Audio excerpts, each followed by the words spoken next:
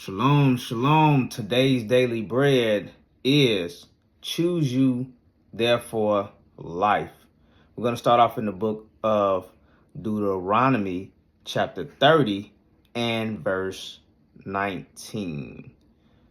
This is where Moses was also giving us the law. He gave us from Exodus to Deuteronomy. We know we got the law, right?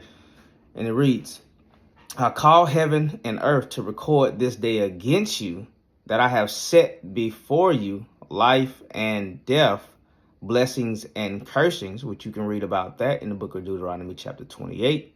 And it says, therefore choose life, that both thou and thy seed may live. All right. So we want to be keeping these law, statutes, and commandments. That way we may live. Because we know from 1 John 2 and 4, it talks about transgression of the law, right? And that's sin. And then the wages of sin in Romans chapter 6 and 23, the wages of sin is death. So we want to make sure that we're choosing life. Let's go to the book of Sirach or Ecclesiasticus in the Apocrypha, which I've left my red book upstairs. But if you got a King James 16:11, it's already in there.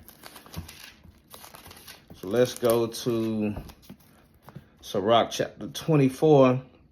In verse 23, all these things are the book of the covenant of the Most High God, even the law which Moses commanded for an heritage unto the congregation of Jacob. We know Jacob is the father of the 12 tribes of Israel. So what we got back then from Moses through Yahweh was the law. That's our heritage. And our heritage is following these commandments, which is going to give us life, right? Just a few more, and we're going to end it out. Let's go to the book of Baruch. It's also in the Apocrypha. We're going to go to the book of Baruch 4 and 1. And it reads, this is the book of the commandments of God and the law that endureth forever.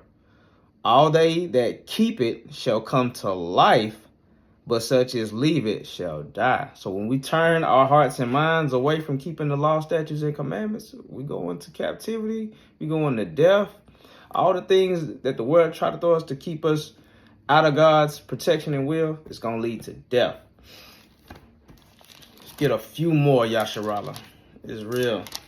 Proverbs 7 and 2 real quick. Matter of fact, I'm going to start at 1. It says, my son, keep my words and lay up my commandments with thee. Keep this with you. Verse 2, keep my commandments and live, and my law as the apple of thine eye. So we want to keep the commandments and live, y'all. Let's get some over in the New Testament. All right. As the Christian brothers would say. We're going to get John 6 and 63. And these will be the words of Christ or Yahushua. It is the spirit that quickeneth, the flesh profiteth nothing. The words that I speak unto you, they are spirit and they are life. So it's life in the Most High's words, man. Because we know that Christ spoke nothing but what the Father commanded him to do and speak. All right, and last one, in the end of the book, no other chapter after this, is Revelation 22 and 14. So choose life, and we know, even at the end of the book, we still must keep the Most High's laws, statutes, and commandments. Revelation 22 and 14 reads, blessed are they that do his commandments, that they may have right to the tree of life, and may enter into the city, into the gates. Oh, so let me read that. I jacked that up at the end. It says, blessed are they that do his commandments, that they may have right to the tree of life, and may enter in through the gates into the city. So if we want to reap the kingdom, we must keep Yahweh's laws, statutes, and commandments. Be blessed. Kwam Yashua.